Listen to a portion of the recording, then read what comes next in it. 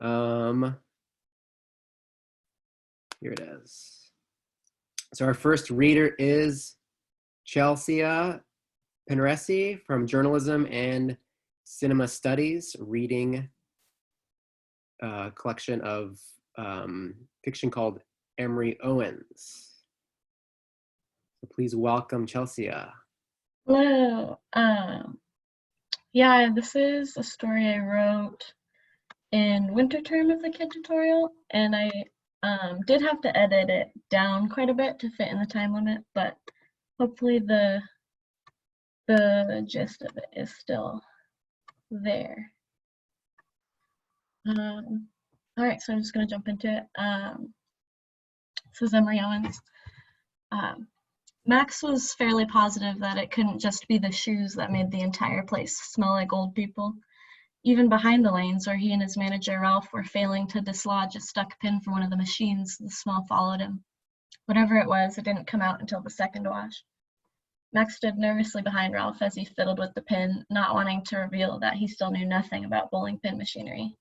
Eventually, Ralph took pity on him, though, and ordered him back to the front to take care of the customers. Today, the usual Wednesday crowd. The retirement home folks were on lane 8, their caretakers pretending to look impressed when a few pins fell down, the old folks themselves only sighing and waiting to drink their giant sodas. Some middle schoolers had taken over lane 13 and were hoarding all the metal ramps to build some mega ramp to impress their dates. This made the group of small children on lane 1 burst into tears. Their tight-faced mothers were trying to comfort them and kept shooting angry looks at the middle schoolers. Then there was the oddball bowling league on lane 16, determined to stick to their lucky lane despite it dumping out pins every half hour. "It's the shoe spray, the lane wax, and the ball polisher, of course," said one of the oddballs when Max asked half-jokingly about the smell. The man wore a t-shirt with a bowling pin on it and the words, "I'd hit that," underneath. Max was pretty sure it was written in Comic Sans. Certain things helped ease the annoyances of the bowling alley, though. Most importantly, as of the last couple weeks, was visiting Delilah. "How was work, old man?" Delilah asked as she opened the door to her apartment later that day. Her new favorite nickname for him, thanks to the alley musk that clung to his clothes. He smiled and stepped inside. "Usual Wednesday stuff. One of the retirement folks tried to tell me the pinball machine was broken and that they needed their quarters back, and then Ralph yelled at me for not giving it to them." Delilah smacked his arm. "You wouldn't give them a few quarters, not even for a fellow elderly?" Delilah laughed and Max felt himself relax, following her into the apartment. Against one wall of the living room, a large tank sat on a table, nestled between some of the plants. A flat rock was placed under a heat lamp that cast an orange glow around the tank. Sitting motionless on that rock was Delilah's pet lizard, Emery Owens. Max didn't want to admit it to Delilah, but something deeply disturbed him about Emery Owens. He had these large, glassy eyes that reminded him of a solar eclipse. They looked like mini suns that had been stretched from the middle, a gaping hole of space and a ring of yellow. Perhaps, Max thought, if Emery Owens would move around a bit more, it would make it better. Also, if he had eyelids. Every time he nestled up with Delilah on the couch, all he could focus on was the fact that Emery Owens couldn't even blink, and then Max would just stare at him for minutes on end and wait for Emery Owens' strange little tongue to flick up and lick his marble eyes. He tried to dismiss it, telling himself he was making it up, that Emery Owens was just another pet. In the morning, he shrugged awake to coffee steam rolling between ferns and dull light oozing around the room. The bedroom door was open just enough that he could see Delilah wandering around in the kitchen. She was humming some drowsy noises that never tumbled into an actual tune. Max just laid there, content to stay as the morning unfolded around him, letting himself drift back off to sleep. When he awoke, his oasis had disappeared. The light coming through the windows was now harsh and bright. Sweat stuck his back to the sheets, and the air felt thick in his throat. He started panting as he wrestled with the blankets and rushed to toss them to the floor. They kept wrapping around his feet and sticking to his sweat, and his head was still too fuzzy to think properly. Finally, he managed to throw off the sheets and stumble out of Delilah's room. She was sitting at the table, sipping her coffee, and looked up at him with wide eyes. Her alarm snapped Max out of his daze a little bit, and he looked down at himself. He was sweating and shaking in the middle of her apartment, wearing only his boxers. "Are you okay?" Delilah set down her mug and moved to get out of her seat. "No, don't get—" "Yeah, I'm fine, but what's happening? Isn't it hot in here to you?" Delilah's face flushed and she looked down into her coffee. Oh, I'm sorry, I was just going to let Emery Owens out for a bit, so I started heating the apartment up for him. I didn't think it would wake you up. Max glanced at the thermostat and wiped his brow. It was set at 85. The windows were growing foggy and condensation dripped from the walls. A small tapping noise came from the other side of the room. Across from him, Emery Owens was moving more than ever before. Pudgy arms were waving in the air and tiny claws tapped on glass. The movements looked mechanical, unnatural compared to his usual motionless state. Max realized he looked like a poorly controlled Muppet, and his stomach turned at the thought. Oh, look, he's excited! Delilah rushed to him, gushing about her poor lonely boy, and carried him over to Max, swaddled in blankets. Do you want to hold him? He almost instinctively took a step back, but stopped himself and tried to remember how much Emery Owens meant to her, how much it probably meant that she was willing to hand him off. He forced a nod and a small smile, then sat down next to Delilah on the couch. She took a moment to trace the bumps along the lizard's back. Emery Owens slowly stretched out an arm and curled it around her pinky finger. Max wished he could find any bit of judgment in the look Delilah gave Emery Owens, but only warmth swelled on her cheeks as she looked at her lizard. She nodded to Max and held Emery Owens in outstretched arms. There he sat, raised up into the sunlight, Muppet mouth poised as if about to burst into song. He didn't move when Max tested him with a poke on the head. Can I just hand him to you? Delilah looked at him with concern, sensing his discomfort. Then you don't have to, squeeze him. A soft pink tongue floated out from Emery's mouth and wiggled at him in the air. It felt like a taunt. His stomach dropped when he saw the excitement on Delilah's face, but he reached for the lizard anyways. His skin was surprisingly soft and leathery when Max wrapped his hands around him, and the body squished a bit when he picked it up and held it before him. Max twisted his arms to cradle him like he'd seen Delilah do with such care so many times. Stubby, clawed toes scraped against his skin and he cringed. He avoided looking into its eyes. Delilah leaned over to peck Max on the cheek and swooped the lizard back into her arms. Nice job, old man, but let's let him wander around for a bit. He likes to hide in the plants. Max tried to hide his shudder as he watched the lizard scamper across the carpet, tail flopping behind him. Max moved to the kitchen, where Delilah had left a mug out for him on the counter, the same one she always did. Today, though, it only made him nervous. Hey, I have to go help Ralph with this party thing today. I'll talk to you later, though, okay? He set the mug back in its cabinet. You sure? Yeah, he sounded really stressed about it yesterday. Her eyes shot to the floor, but she didn't press him any further. When Max got to the bowling alley, he was greeted by Ralph running around madly, hanging streamers and balloons, murmuring something about not getting paid enough to be a damn decorator. Max reached for a pile of streamers and began hanging them around the alley. They would fall down moments later, and the tape kept sticking to them and ripping them apart. He ended up just wrapping them around the chairs instead, and Ralph only sighed when he saw them. Just as Max had settled behind the counter, shoe sanitizer ready, a horde of small children burst through the doors. The kids sprinted up to Max, jumping so they could reach the counter and screaming their shoe sizes at him. He just smiled and handed over pair after pair, but they kept yelling that he was giving them the wrong ones. His mind had gone to Delilah's apartment, running over their awkward encounter that morning. Even the shoelaces reminded him of Emery Owens' flickering tongue. Max was just starting to let himself relax when he heard the bells of the front door jingle open. There she was, Emery Owens in hand. Hi, Max. Delilah smiled as she reached the counter. How's the party going? Only mild injuries so far. He tried to chuckle, but it came out sounding forced and awkward, and Delilah's eyes widened. No, I mean, never mind. It's been good. I was hoping I could cheer you up a bit after this morning. Max pointed to Emery Owens. So you brought him to the bowling alley?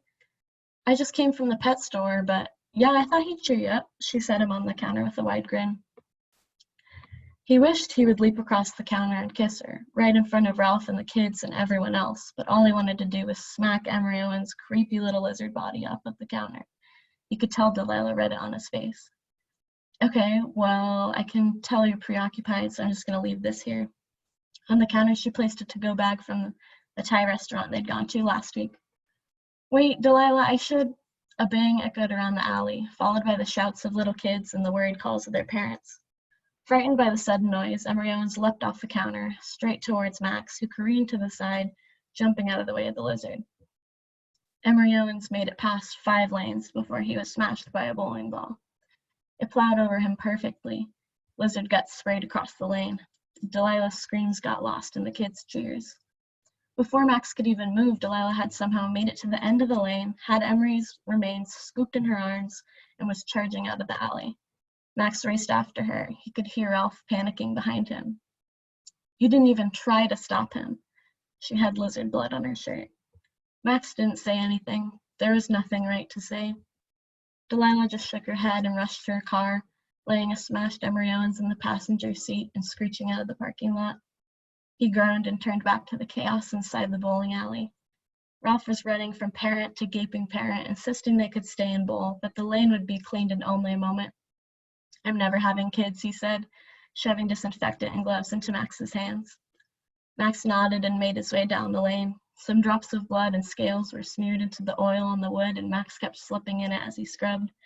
He almost laughed when he realized he felt relieved at never having to see Emery Owens again, but shoved it away when he remembered the look Delilah had given him when he jumped out of the way. It kept flashing over and over again in his head. He started cleaning faster. Furiously, he scrubbed away the last bit of Emery Owens until his arms were aching and sweating, till he could no longer see the pudgy arms, the marble eyes, the tapping talons. Once every remnant of the lizard had been wiped from the alley, then he would go help Ralph comfort the frantic families. Only then would he let himself leave the spot. And that is it.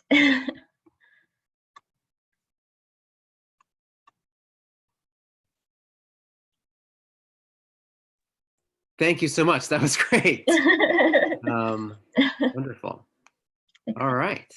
Let's have our second presenter, which is Sophia Mick in the humanities, presenting on Suspending Disbelief in the Unreal, the Craft of Magical Realism. Hey, yeah, let me just share my screen. Can everyone see that? Whoa, beautiful.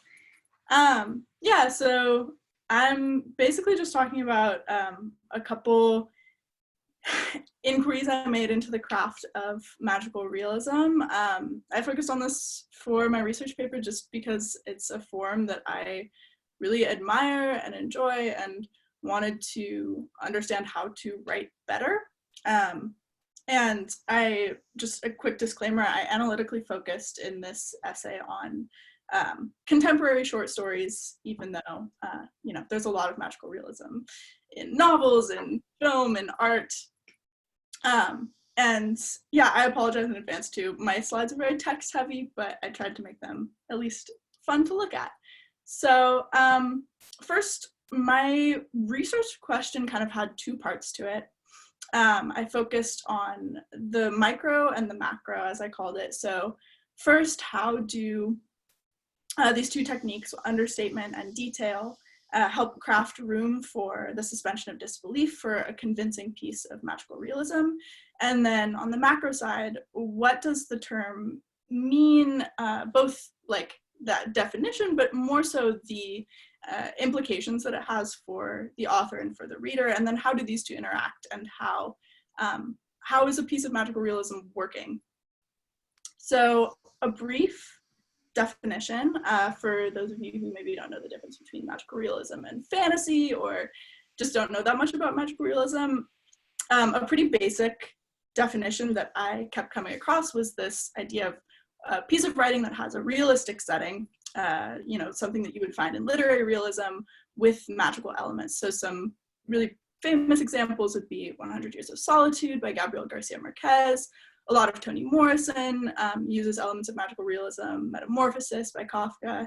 And then the two stories that I'm going to focus on in the presentation, since I don't have time to go into all of my examples for my paper, are Karen Russell's story called Vampires in the Lemon Grove, and a piece by Amy Bender called The Rememberer.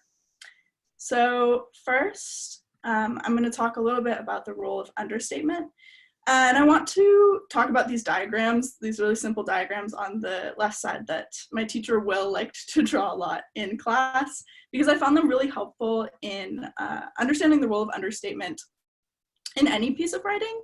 So essentially, the arrows represent where the writer and the reader meet, and the respective work that they're doing. So when you have a diagram like the first one, it might mean that the piece is too understated or inaccessible to the point of excluding the reader. while the second one might mean that the author is using too much exposition or the piece is too obvious and the reader doesn't have to do enough of their own work to stay invested. So while this is all subjective, of course, I argue that understatement is a really important weight in achieving kind of the balance of the third diagram, and making a piece hopefully a good mix of inviting and challenging. And I think that this is especially important when it comes to magical realism, because overstatement particularly of the magical event, can obscure maybe a deeper aboutness in the piece. So I want to talk about Bender's story, The Remember, as an example, in which her lover, as per the first line that I quoted here, begins evolving backwards until he is no more than a salamander. And I think that the narrator's accepting reaction in the story is a wonderful example of understatement, and this quote kind of highlights that. She says, quote, "And once we were face to face, he gave me his same sad look, and I hugged those enormous shoulders. I didn't even really care then, not at first. I didn't panic and call 911. I sat with him outside and smoothed the fur on the back of his hand." And clearly her narrator has this kind of abnormally understated reaction, something that is very different from how we might imagine that we would react in this situation.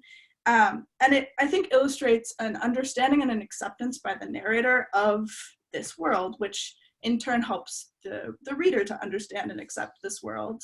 And I think by using understatement here, Bender is able to turn to the reader and pose this central question of, rather than, you know, what is the logic behind this magical event, she's saying, how is this significant and why does this matter? And by using understatement, she, specifically in conjunction with the magical element, Bender makes it easier to accept and to look through as a lens for interpretation. If all of the reader's focus is drawn to the magic and the intricacies or the logic of that magic, then I think the aboutness of the story can become harder to see or to interpret.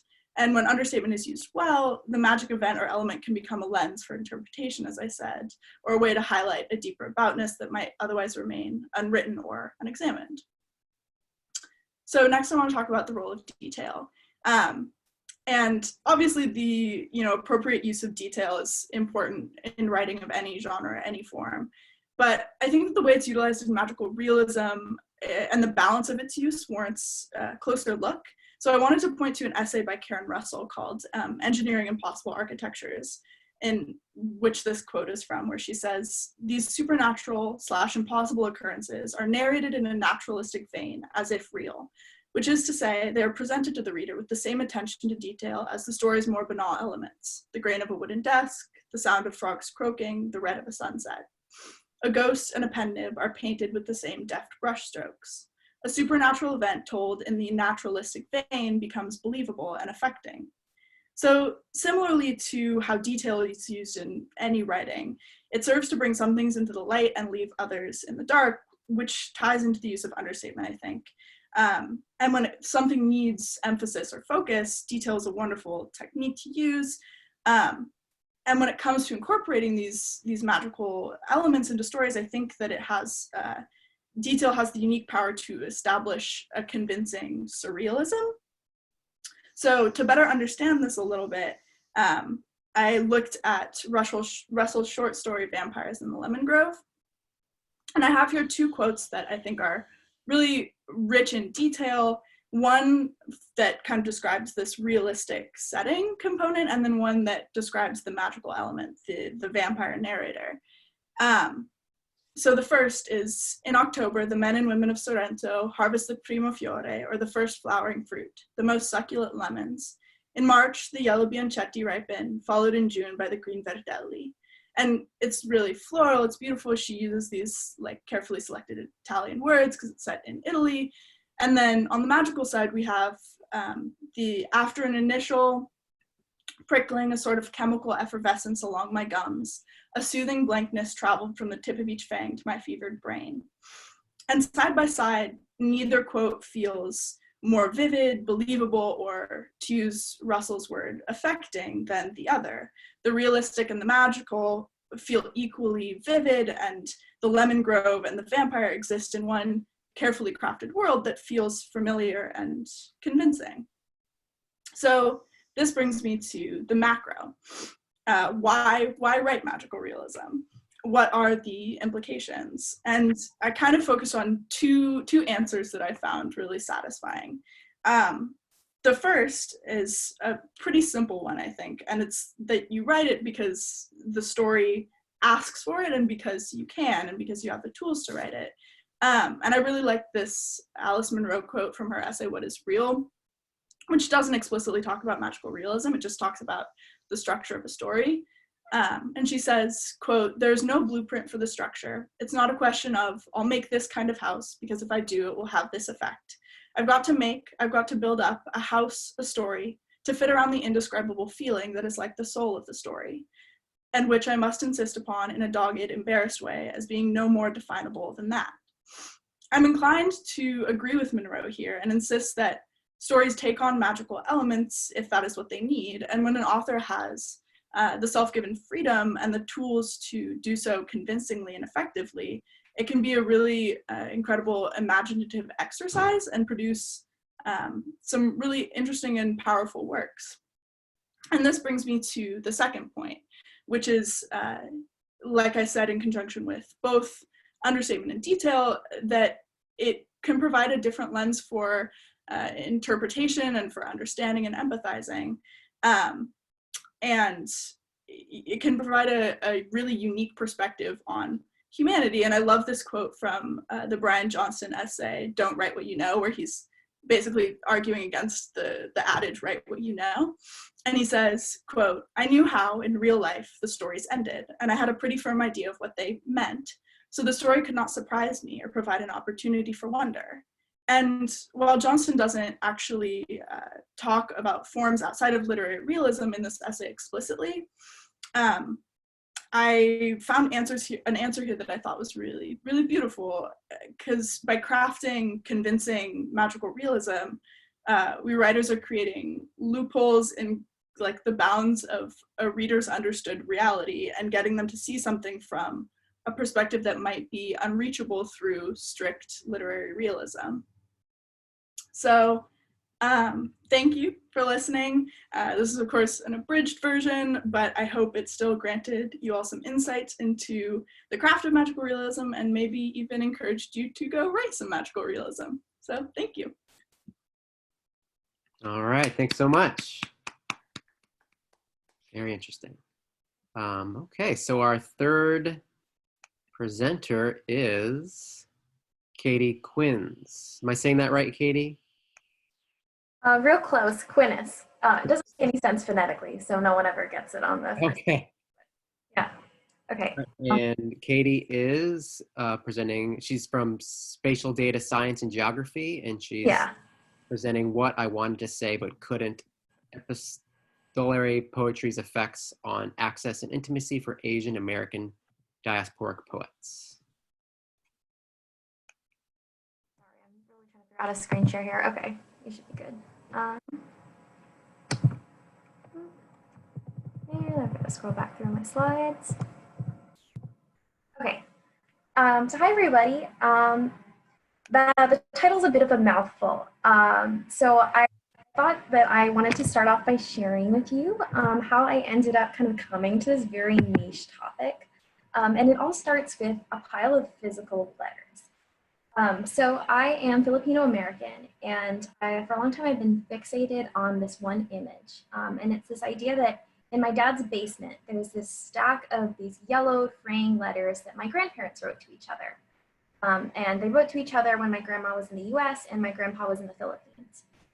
And those letters, I can't read, and nobody in my family can read them. And everybody who was able to has passed away. And the reason is because my grandparents were, they wanted to assimilate into American society to the extent where they would not teach us Tagalog, which is what they're written in. So I've always been obsessed with this kind of romantic idea of these letters as being something that I can physically hold, like I can hold knowledge of my own history, but at the same time, I'm not able to access any of that. And so I thought about those letters when I went to Professor Garrett Hongo's lecture. For those who are in the KIDD program now, you might have been there. And that's when he spoke about the poetry of incarceration, and specifically his poems called the Kubota Letters. And those poems were written long after Professor Hongo's grandfather, Kubota, had passed away, and were written from his perspective as letters to famous imprisoned poets. They're meditations on human suffering, but they're also confronting Professor Hongo's discovery of knowledge his family had hidden from him, which was that Kubota had suffered imprisonment under Japanese internment. And as Professor Hongo read his letters, I felt myself tearing up. And I also felt joyful. Because by reading the Kubota Letters, Professor Hongo had shared with me a mechanism through which diasporic poets who are separated from their cultural or familial histories could make sense of their identities. And this is through addressing them directly in the form of a letter, in the imaginary space between sender and recipient. So when it came time to design this project, I informed my emotions into a craft-based question, which is essentially what benefits does the epistolary format or the letter poem confer on poets that are writing within the Asian American diaspora in particular. So in my essay, I ended up examining poems written by Garrett Hongo, Franny Choi, Ocean Vuong, and Eugene Gloria. And I discovered that the epistolary format allows us to both come to terms with absence, so things like racial equality, knowledge, power, and to negotiate new understandings of the self in what I call the letter's liminal space between the sender and the recipient. So we always talk about liminal space in academia. People never want to define it. So I thought that would probably be useful for this. And so specifically in the context of the letter poem, I see liminal space as being the space that's created by the speaker or sender of the poem, and then the recipient, so the person the letter poem is addressed to. Most of the other poems are meditations on like a phenomenon, an emotion, or an event that's just between the speaker and the audience. But the audience is us, is like a reader of the book. It's not somebody who's like directly addressed, and that's what's different about the letter poem. So the poem is charged by the interaction between the speaker and the recipient because the letter has to be interpreted. So it gives the recipient some form of unique agency, and there's an implied possibility for a real response to that letter. So that agency and ambiguity and grounding in real action is what I think charges the letter's emotional power. I also think that what's unique about this type of poem as opposed to other sort of second person poems is that there's also a third person here. So there's us as the reader, there's the recipient of the letter who it's like addressed to, who's not us usually as the audience, and then there's the poem spender and the speaker itself. So in the space between, it almost sort of creates this, what I call a triangulation, or like sort of a space between all three people where there's ambiguity and meaning that has to be kind of negotiated between all three of the people who are party to the letter. So I found myself wondering why I kept on finding poems from Asian American communities that were in the letter style, particularly in contemporary poets. And I found there's only one theorist who kind of commentates on this, and that's Korean American theorist Marie Milk-Ok Lee. And in her article, Dear Someone, she theorizes that the letter poem serves as a way that Asian writers can gain access to social critique. And she says that that's because there is a direct address through the letter that is a safe response to social oppression for a marginalized group. Because it's a direct call out, so it's dear somebody, but it's a one-sided correspondence. So there's no real confrontation that occurs. And it also highlights the power of the written voice while paradoxically highlighting the speaker's lack of access to power in reality. And for the Asian community in particular, Lee argues that the letter poem is attractive because of how mundane it is. And she thinks that this is because of the model minority myth, which is that Asian people in particular do not experience oppression that is as notable as for other marginalized groups. And for this reason, she believes that Asian communities want to use a format that allows them to negotiate sort of their experiences with oppression without having to draw much attention to themselves. And that also comes from acceptance that they could send out a letter to somebody and also accept that it may never really be read by that person of the audience. So this is a great example of Lee's kind of social critique theory playing out. I'm not going to read it all for interest of time, but this is Franny Choi's To the Man Who Shouted, I Like Pork Fried Rice. And quite clearly, this is a social critique of the fetishization of Asian women in Western countries in particular. And we see a lot of Lee's theories playing out because we see that Choi is using the direct address to her harasser in order to gain access to her critique of them that she would have not been able to probably get access to in person. There's the implication that likely it was probably feel unsafe, or for some reason there wouldn't be any sort of, there wouldn't be any sort of substantial amount of time in an interaction like street harassment to be able to talk about these complex feelings. So the direct address to the harasser gets that. Another thing we see here is we see a paradox where Franny Choi is drawing in the audience close to her while also holding them at arm's length in this closeness and distance paradox, which is interesting because we become a voyeur to the letter as a third party who's not the man who shouted, but we're reading it as well, who becomes both complicit in the act of basically stealing the correspondence, but also in the violence that's being written about in this poem. Something I also came across was that Lee's theory applies really cleanly to Choi's poem, but not so well to poems that are written by, that are intra-community, so that are directed back towards the community from Asian writers. And so I ended up looking at Ocean Vuong's Letter to My Mother That She'll Never Read. And this is because Ocean Vuong uses this format to create intimacy between the speaker and the sender of the letter and the recipient of the letter, which is different because Choi is trying to create distance with that rage while also gaining access to critique. And Vuong's trying to draw his mother basically back into a conversation about violence that he experienced in his family, her abuse, her love of him, and then also trauma she endured as part of the Vietnam War. So we see Vuong creates tension with his title of his letter, which is that the letter will never be read by his mother, who is illiterate. And what happens is we get this paralysis with the circumstances of reality. So Vuong now is free to recount kind of these moments of trauma that he wants to confess, but cannot probably really, or would not maybe want to have as a real conversation with a parent, because those are incredibly difficult conversations to have. So his ability to simulate confessing to his mother all he wants to say about that abuse without having to share those sentiments allows for the creation of intimacy in their relationship by also highlighting what's distant in their relationship or the communication breakdown that they've had about not being able to talk about these sorts of issues. We also see at the macro level, the letter aids in this understanding through this paradox that creates intimacy through just the address in general, being that it's like a letter between a son and a mother. And then serving as a literal communication breakdown, or the fact that it won't be sent, that mirrors what is Vuong is experiencing in his childhood between himself and his mother in day-to-day interactions.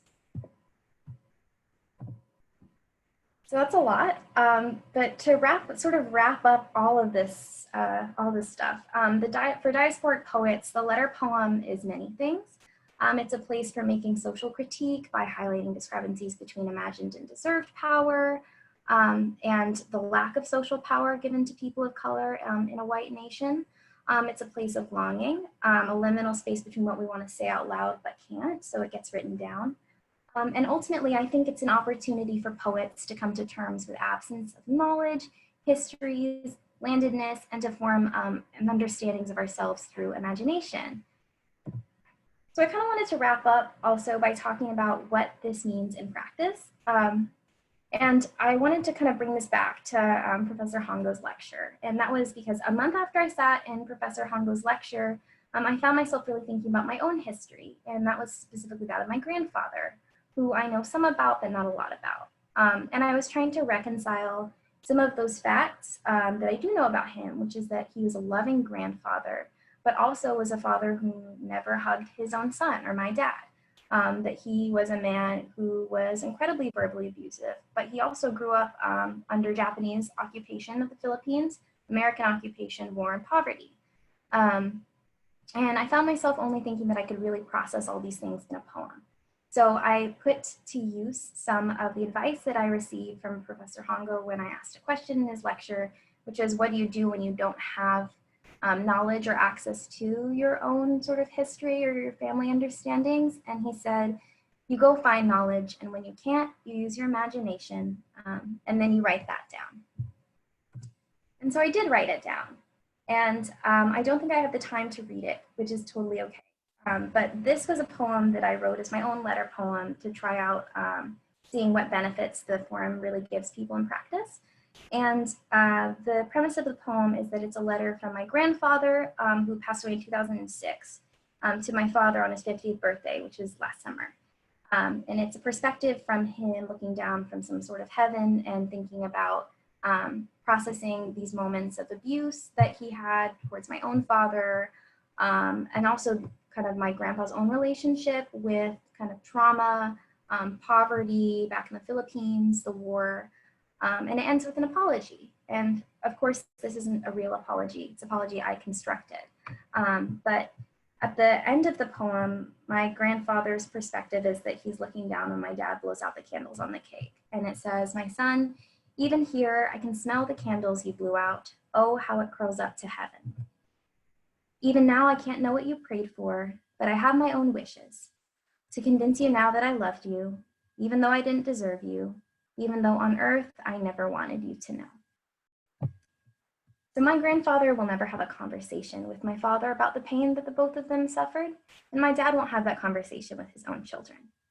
But by writing in a letter through my grandfather's perspective, I can try to forge some understanding for us, which is my brother and I, who are the first generation of our family born into diaspora. And maybe, but maybe not for my father. And I hope that we can forge that together. That's it. Thank you.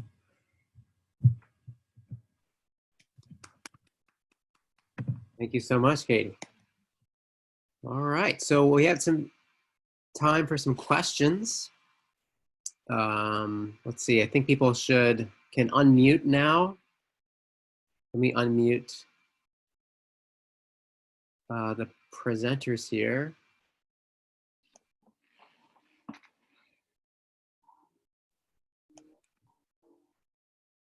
There we go. I think everybody's mic is live. I guess and I'll unmute the attendees as well, but one of my first questions, I mean, Katie, you've already talked about this, but like, and especially maybe for our first reader, is how did you become interested in this story or topic, or to talk about the creation of your subject and the kind of journey you went on writing it? For mine, I'm kind of struggling to remember how it came about, but in the winter, I don't know, I was kind of craving some silliness, a little bit of absurdity. I really wanted to tackle magical realism, so I'm so glad that we had a presentation on that today. I also almost researched that, but I felt like I didn't have enough experience or exposure to it to tackle that. So I tried to do something that was like absurd, but not technically magical. And I don't know, it's one of the first stories that I knew the ending of before I wrote. Like, I just wanted the lizard to die at the bowling alley was really my only goal.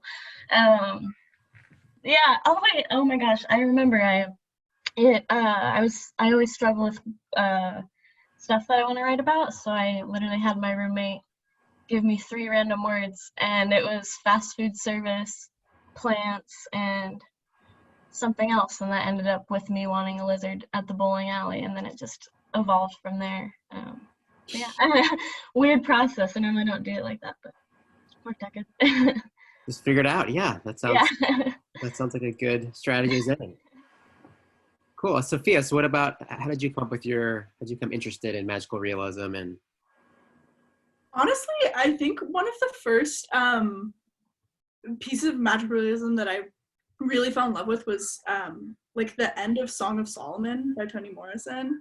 It just, like, I think there's something, because I really love writing literary realism, But there's something to me that's so appealing about, you know, remaining tethered to the real world, but then being able to let loose these like really interesting flights of fancy. And yeah, and I tried writing a piece of my own magical realism for a different creative writing class last term, and I really like it as a piece of writing, but it was also really interesting in my research process to realize all of like the mistakes that I had made. And I'm excited to, after having all of this information from this research that I've done, be able to tackle that again and just have a new perspective.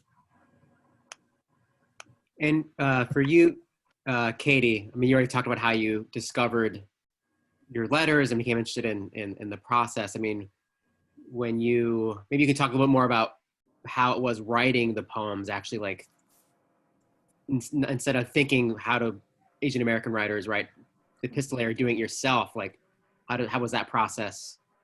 Did you find yourself overthinking things, or were you just like applying some things you learned? How did it go? Yeah, so I think for me, the way I write like everything, poetry, essay, it's like it's always kind of stream of consciousness. So I basically, the way that the poem ended up being after several drafts, it's almost the exact same draft, and it was mostly just me panicking because I had a poem due, and then thinking, what have I struggled to write about because I've been too scared to, and it was really close to having read or to having heard Professor Hongo's lecture. And so I was just thinking about like what it meant to be part of a community that I hadn't really thought of myself as before, being half Asian, seeing myself having a role in the diaspora. So I ended up just sort of writing all of that down and then just squishing it together into a poem, and it ended up working. But yeah, it was a lot of just sort of like almost like a diary entry sort of process. Yeah. Cool. It sounds the lines you read sound wonderful. So I'm looking forward to. Is that in the KIDD anthology? It should be, yeah. Awesome. Great. I guess my other question for Sophia, I mean, I actually talked about that. So I guess my other question, and I'll open it up after this to everybody else who wants to ask a question, but how'd you find yourself changing as a writer and reader in the KIDD program? Because we're almost at the end of the year here. So I'm just interested in your journey from, you know, September or October 1st to now. What was that like for you, that transformation? We'll start with Chelsea. I have changed so much as a writer. I before the KIDD tutorial, I actually hadn't done creative writing for a very long time. It was just sort of something that I don't know, I was drawn to a lot like years ago, and both of my roommates were in the KIDD tutorial and they were raving about it, and I found myself really craving that outlet again, and so I just applied, sort of not really expecting to get in because I hadn't written in so long, but then I did, and I just remember being like absolutely terrified that people were actually reading my stories, and having no idea what I was doing. I just sort of went for it. But I have also noticed that I've grown a ton as a reader. Like when I read stories, I pick up on so many new like movements, and I'm able to appreciate them so much more. Like for me, I just like analyzing something and like picking apart just makes me love and appreciate it more. So being able to identify things that I'm drawn to in writing and be able to place like labels and names and explanations to these emotions that I've been experiencing and didn't have an explanation for before is so satisfying. And like, I don't know, I've just feel like it's like changed my relationship to reading and writing entirely. It's really exciting. Awesome. Sophia, what about you? Yeah, I think one of the most valuable things for me has been, and it's not exciting, but just having consistent deadlines for turning in stories is so valuable. And like I've done more creative writing this year than like any other year of my life, which is really great. And like there's just that progress that comes with practice. And there's also, I think, something really nice about getting to know the people that are reading your stories and giving you feedback that makes you better able to evaluate their feedback from like a more understanding like perspective. Yeah, I think it's just really valuable to have written this much and in this kind of concentrated environment. What about you, Katie? Yeah, definitely all of those same things are really big things that I've experienced over the course of the KIDD program too. One of the things that Sophia was touching on at the end was kind of my biggest takeaway was how fantastic it's been to be able to write with a community of writers. Because I think I've just spent most of my writing life just sitting at home, like maybe writing things down in journal entries, like maybe submitting things to like a high school English contest.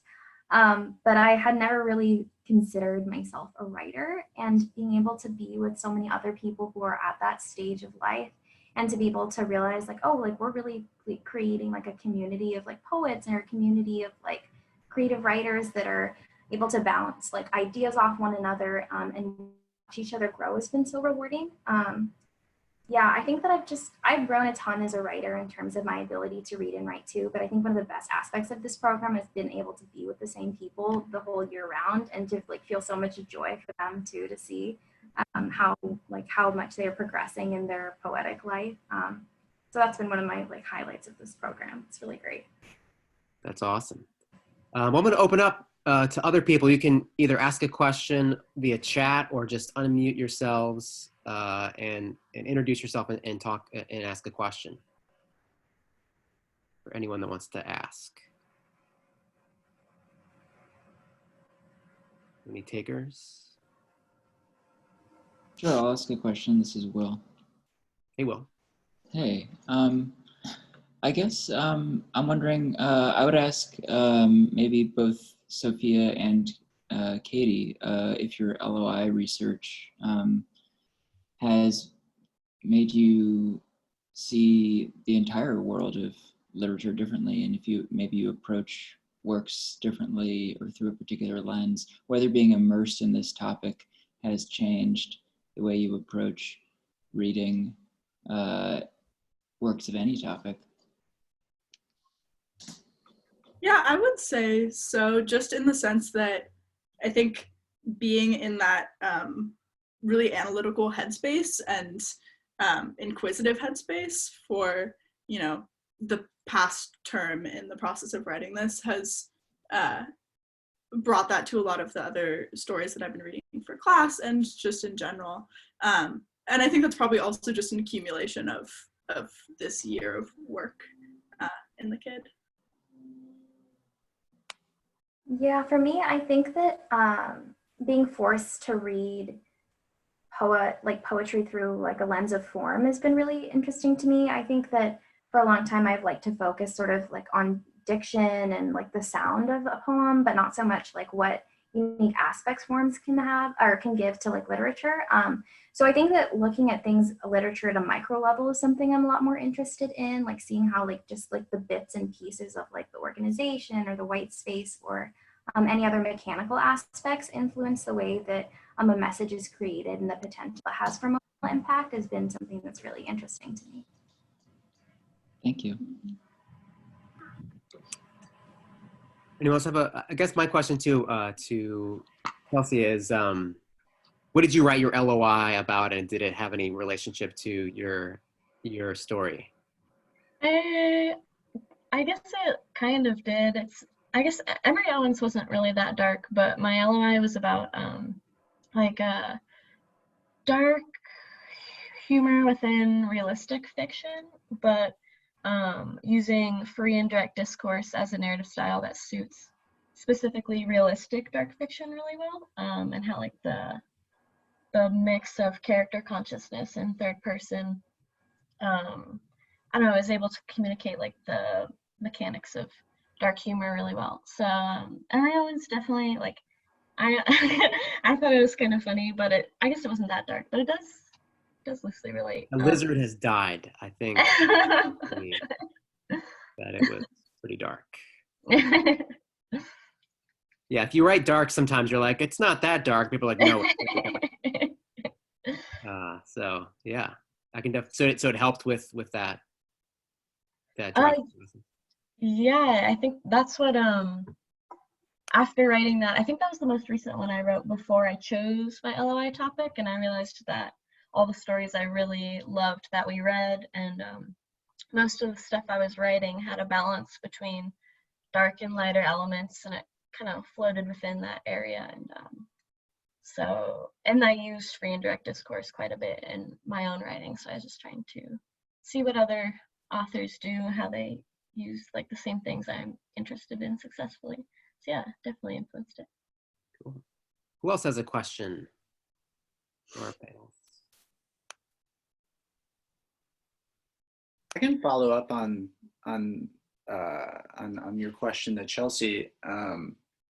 As your instructor, Chelsea, I've had the pleasure of understanding or getting to know the way that you allow the comedic and the dramatic to balance each other out or to dignify each other. And I guess I just want to hear you speak more about what it is about humor, or about, I guess, whatever purposes there could be in the mode of fiction. What about humor is attractive to you as a structure in storytelling? That's a really good question. I don't know, I've always been like mostly drawn to, I guess at first I was drawn to mostly like darker things, but then comedy is just a really interesting lens to deal with really dark subjects, and it not only makes them easier to deal with, but I'm struggling to think it I don't know, it just in literature specifically, it's really interesting too, because it's so, I don't know, it's weirdly complex to be able to translate humor from like a conversational level into a reading level. I don't know, it's that difference, like just being able to make it, I don't know, sorry, I'm struggling for words here, but I guess it was the darkness first that I was drawn to, and just like comedy is a new way to look at darkness without being like super bogged down by it, drawing into like dramatic cliches and stuff. I don't know, it's like just spices it up a bit, I guess. Yeah, I hear you. Thanks. Well, I have a question for Katie, and this maybe people can speak to next steps also, but like, do you see yourself writing more about these letters, or getting them translated at a certain point, or writing a group of epistolary poems? Like, what do you see your next steps are for translating in both the actual letters, but also the ideas you've picked up from your research project to your own work? Yeah, so I had actually thought about getting those letters translated. That's really interesting, like the physical letters. I don't really know anybody who speaks Tagalog. I I guess have a friend. could hunt someone down, ask them to. That'd be interesting for sure. Yeah, I think that would be a really interesting thing to write about, is like translating my like dead grandparents' love letters. So I don't know, I'd be definitely interested in doing something like that. In terms of just like the general sort of themes or stuff I learned from my LOI going forward, I think I'm just going to do a lot more writing like from the perspective of like being like a diasporic writer, whatever that means. I think a lot of what I've just been avoiding writing about it. I just have like, for whatever reason, I think that I just didn't want to think about race till I came to college. And having to like hearing like David Murrah talk and Professor Hongo, and having taken Professor Hongo's seminar class, I think I've learned a lot about like different ways to think of your perspective and identity, and how important it is for diverse voices to be in poetry, like even in like the full range of the diaspora, like within all of these different kind of Asian communities. I think it gets really complex and there's a lot of politics involved, but I just think that writing from my own identity would be nice, and seeing wherever that leads me. Yeah. Excellent.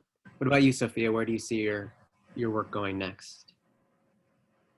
I honestly don't know. I mean, I want to take what I researched and apply it to my writing in the future. But I think one of the things that's tricky for me about magical realism, at least, is that I can't like say, okay, I'm gonna go write a magical realist story and have it turn out good. Really, it has to be like, okay, I want to write a story about such and such event or such and such themes, and then hey, maybe this kind of crazy thing fits into that story. So yeah, I don't know really where it's going next, but I definitely want to take this research and go revise a piece that I wrote earlier this year, which I think will be an interesting process.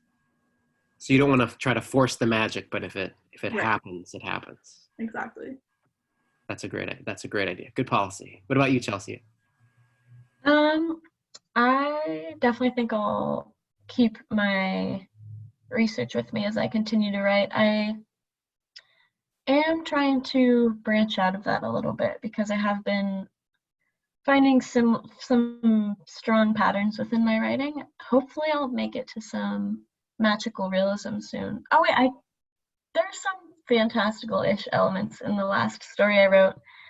So I feel like I'm moving in to that realm, which is really exciting. But it will definitely keep the comedic elements in there and the balance. I don't know, I just feel really uncomfortable leaning into one like drama or pure comedy over the other.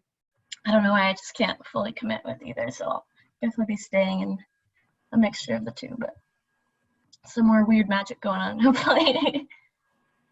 Sounds good. Does anyone else have a question?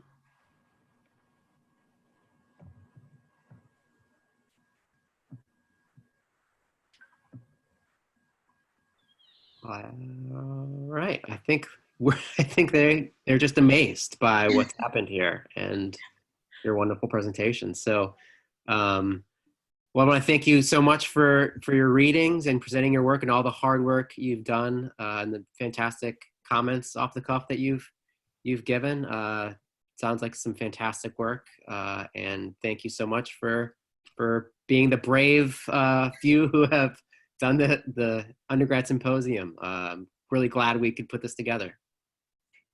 And Thank wherever you. you are, please be safe. Please stay healthy, and keep writing. Thank you. Thank you. All right, thanks. Bye. Bye.